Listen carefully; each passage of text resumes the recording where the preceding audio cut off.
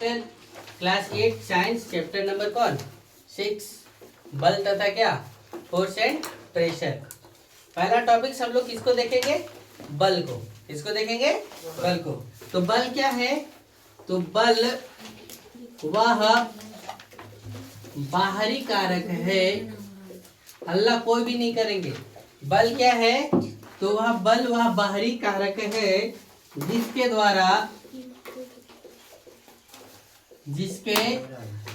द्वारा किसी वस्तु की अवस्था, जिसके द्वारा क्या लिखा गया, किसी वस्तु की अवस्था में परिवर्तन किया जा सकता है। वस्तु की अवस्था में क्या किया जा सकता है, परिवर्तन किया जा सकता है। क्या कहलाता है, बल कहलाता है। तो बल क्या है, ध्यान से सुनेंगे। बल वह बाहरी कारक है जिसके द्वारा हम किसी वस्तु की अवस्था में क्या कर सकते हैं, परिवर्तन ला सकते हैं, है ना।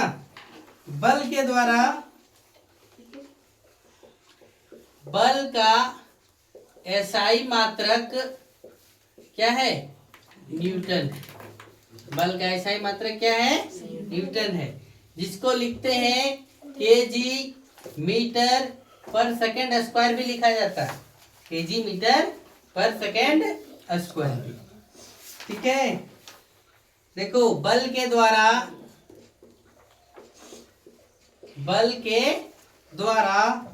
हम क्या कर सकते हैं, बल के द्वारा गतिशील वस्तु को, इसको गतिशील वस्तु को विरामावस्था में ला सकते हैं। गतिशील वस्तु को किस अवस्था में ला सकते हैं, विरामावस्था में ला सकते हैं। और क्या कर सकते हैं, विरामावस्था वस्तु को किस अवस्था में, गतिशील अवस्था में ला सकते हैं।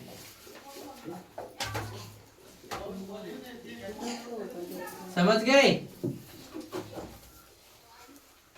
बल के प्रभाव के द्वारा हम क्या कर सकते हैं, गतिशील वस्तु को विरामावस्था में ला सकते हैं और विरामावस्था वस्तु को किसमें, गतिशील अवस्था में ला सकते हैं। न्यूटन के गति के प्रथम नियम से हमें बल का परिभाषा मिला है। क्या बोल रहे हैं, ध्यान से सुनना। न्यूटन के गति के प्रथम नियम से किसकी,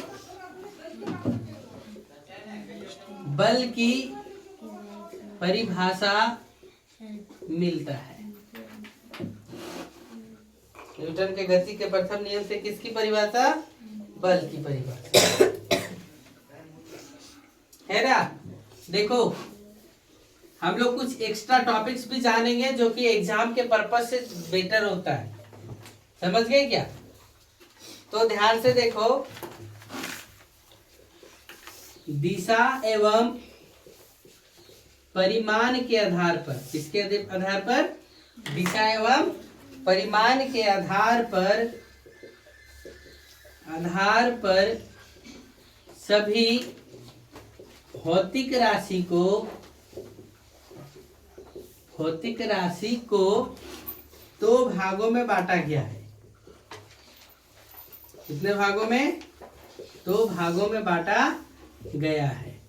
पहला कौन है, तो पहला हम लोग सदिश राशि बोलते हैं।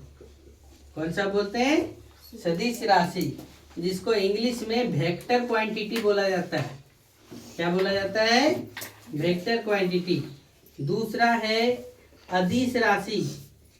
दूसरा क्या है, अदिश राशि, स्केलर क्वांटिटी। क्या बोला जाता है इसे, स्केलर क्वांटिटी, है ना। एक वेक्टर क्वांटिटी और दूसरा क्या है, स्केलर क्वांटिटी। ध्यान से समझो।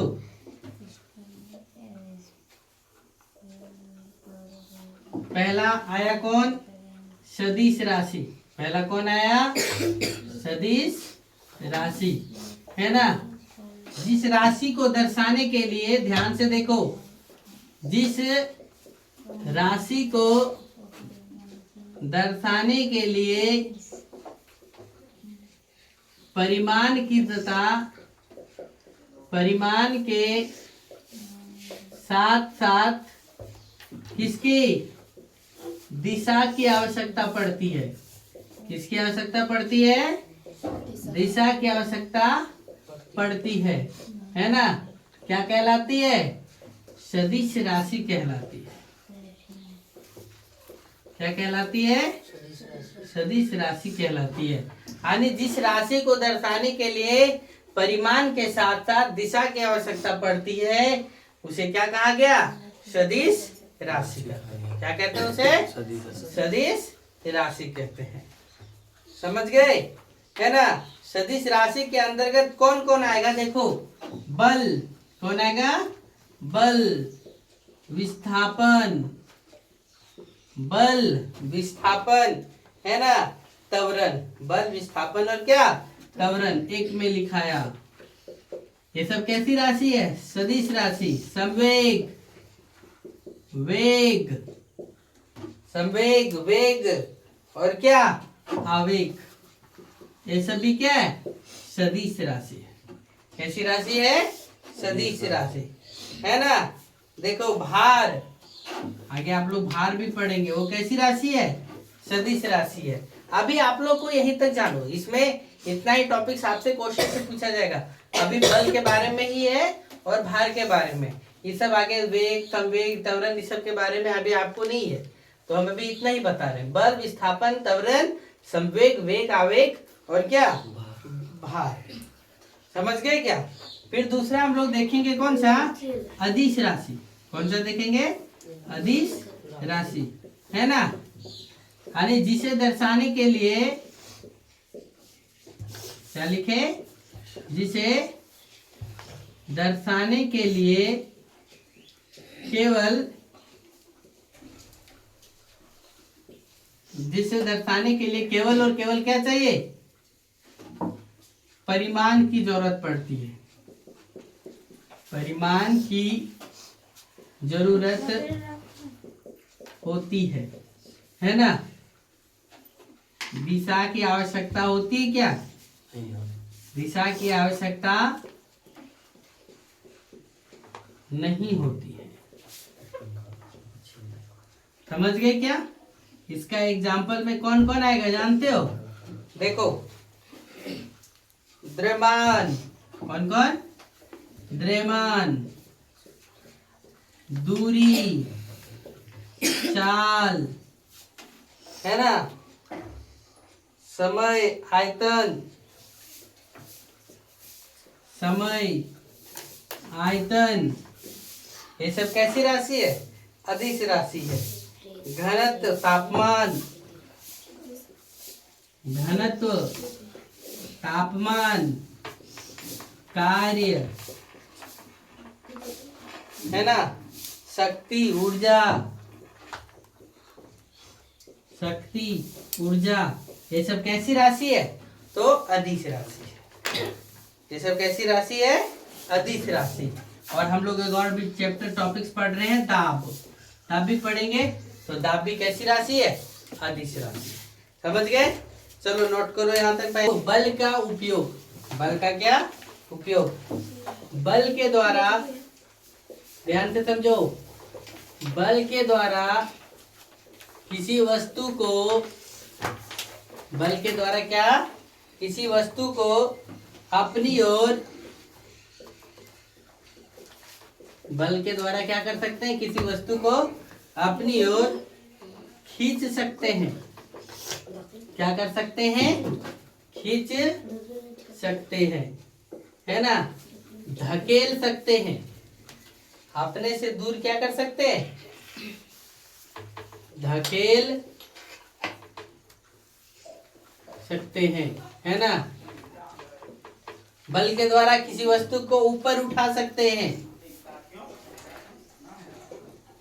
क्या कर सकते हैं? बल के द्वारा किसी वस्तु को क्या कर सकते हैं?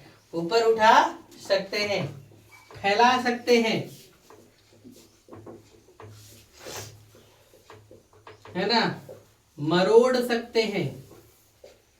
ये सब किसके द्वारा कर सकते हैं? बल का उपयोग करके हम लोग क्या किसी वस्तु को अपनी ओर खींच सकते हैं, अपने से दूर धकेल सकते हैं है ना, किसी वस्तु को ऊपर उठा सकते हैं, किसी वस्तु को नीचे पटक सकते हैं, किसी वस्तु को क्या बल के द्वारा फैला सकते हैं, तो किसी वस्तु को मरोड़ सकते हैं। किसके द्वारा? बल के द्वारा। अर्थात नोट पॉइंट में लिखेंगे क्या?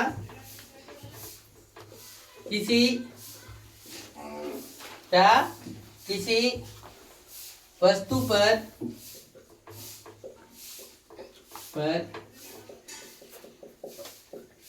बल लगाकर उसकी अवस्था में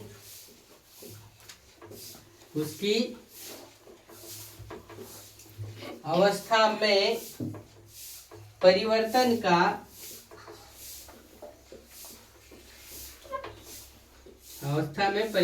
का क्या किया जाता है?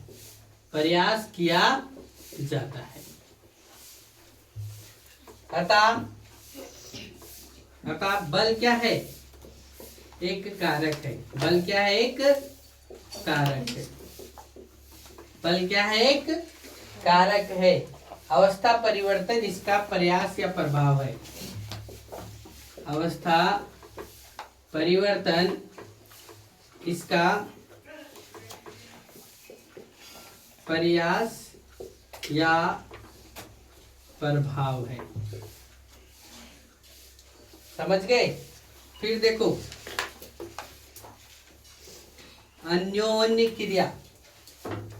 क्या टॉपिक आएगा? अन्योन्य क्रिया, है ना। देखो, दो वस्तुओं के बीच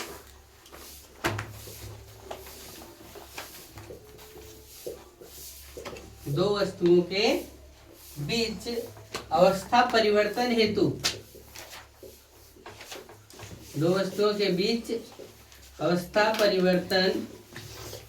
हेतु किया जाने वाला प्रयास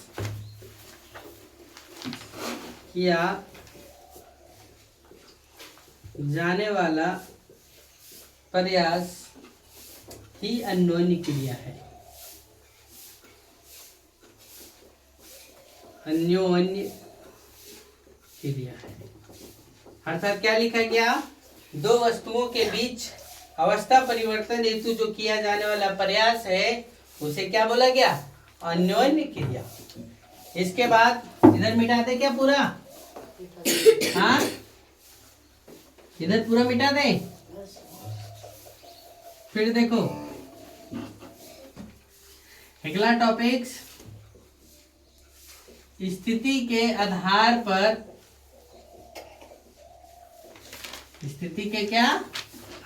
पर बल को कई भागों में बांटा गया है। बल को कई भागों में, खिड़की खोल दो, भागों में बांटा गया है। कौन कौन सा? पहला आया, हल्ला नहीं, संतुलित बल। पहला कौन आया? संतुलित बल, जिसको क्या बोलते हैं? Balanced force. क्या बोला गया? संतुलित बल मतलब क्या? Balanced force. दूसरा असंतुलित बल। क्या बोला गया? असंतुलित बल यानी इम्बैलेंस्ड फोर्स, है ना।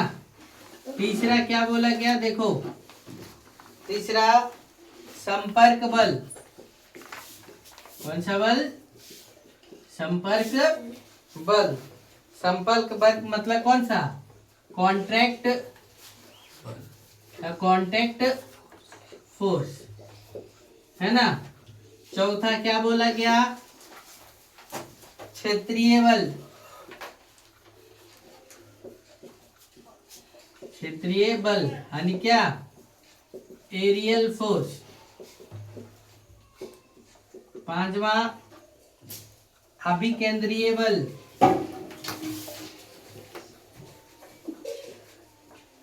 अभिकेंद्रीय बल यानी सेंट्रीफ्यूगल फोर्स, सेंट्रीपिटल फोर्स, है ना। छठा अपकेंद्रीय बल।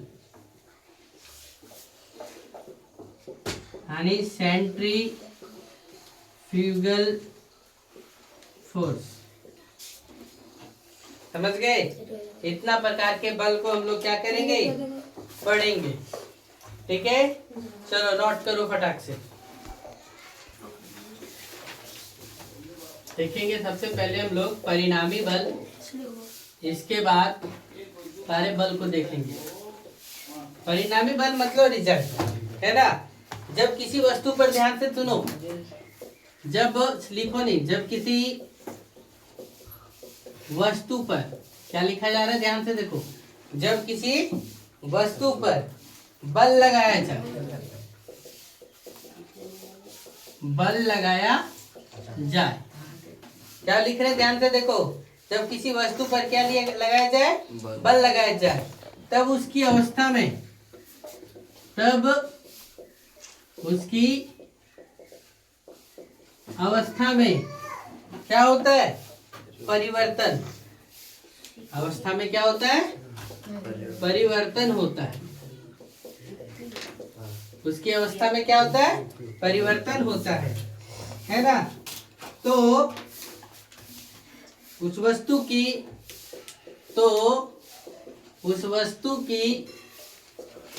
स्थिति क्या हो जाती है, बदल जाती है। उस वस्तु की स्थिति क्या हो जाती है, बदल जाती है ना।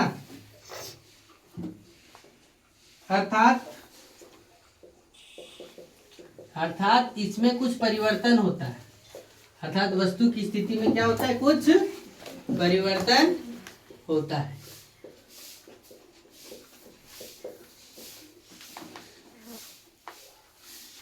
अगर किसी वस्तु पर बल लगाने पर, अगर किसी वस्तु पर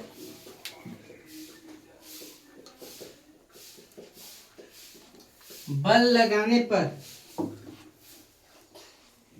उसकी अवस्था में परिवर्तन, उसकी अवस्था में परिवर्तन नहीं होता है, उसकी अवस्था में परिवर्तन नहीं होता है, तो उसका परिणाम क्या मिलता है, उसका परिणाम शून्य मिलता है। उसका परिणाम क्या मिलता है, शून्य। अर्थात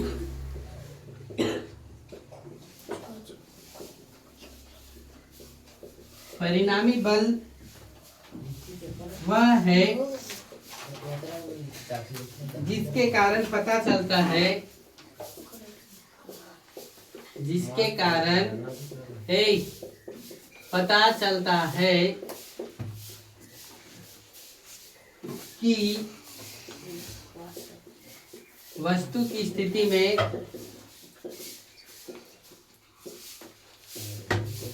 परिवर्तन हुआ है।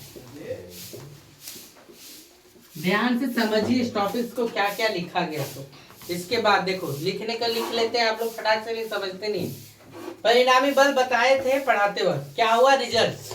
मतलब इसे सिंपल सी भाषा में देखो कि इधर से भी 10 न्यूटन का बल लगाया जा रहा है और इधर से भी 10 न्यूटन का बल लगाया जा रहा है। तो देखो 10 न्यूटन इधर से भी, 10 न्यूटन इधर पे, ये भी धक्का दे रहा है, वो भी क्या कर रहा है, धक्का दे रहा है। तो धक्का दे पाएगा कोई क्या, है नहीं। जब धक्का ही नहीं दे पाएगा तो यहाँ रिजल्ट क्या मिला, रिजल्ट क्या मिलेगा, यहाँ पर 0 हो जाएगा, हो जाएगा। फिर देखो यहाँ पर ये 10 न्यूटन बल लगा करके खींच रहा है और इधर 5 न्यूटन बल लगा करके खींच रहा है। तो वस्तु की स्थिति में बदलाव होगा या नहीं होगा, किधर की ओर, 10 न्यूटन अपनी ओर क्या कर लेगा, खींच लेगा। यानी रिजल्ट प्राप्त हो जाएगा। तो 10 में से 5 गया तो कितना, 5 न्यूटन। और वस्तु की स्थिति किधर की ओर चल जाएगी, 10 न्यूटन की ओर वस्तु की स्थिति क्या हो जाएगी, चल जाएगी। समझे, ये टॉपिक्स था। ये परिणामी बल का वही लिखा है कि जब किसी वस्तु पर बल लगाया जाए तब उसकी अवस्था में क्या हो जाता है, परिवर्तन होता है। तो उस वस्तु की स्थिति क्या हो जाती है, बदल जाती है। अर्थात इसमें कुछ परिवर्तन होता है। अगर किसी वस्तु पर हम बल लगाएं और बल लगाने के बाद रिजल्ट हमको क्या मिला, कोई रिजल्ट ही नहीं मिला, शून्य मिला, तो क्या कहेंगे कि परिणामी बल वह है जिसके कारण पता चलता है कि वस्तु की स्थिति में परिवर्तन हुआ कि नहीं हुआ। समझ गए? आज का टॉपिक यहीं समाप्त होता है। कल अगले दिन हम लोग संतुलित बल, असंतुलित बल है ना, जितने भी बल बताए उस सभी बलों को क्या किया जाएगा, डिफाइन किया जाएगा। चलिए नोट करिए फटाक से।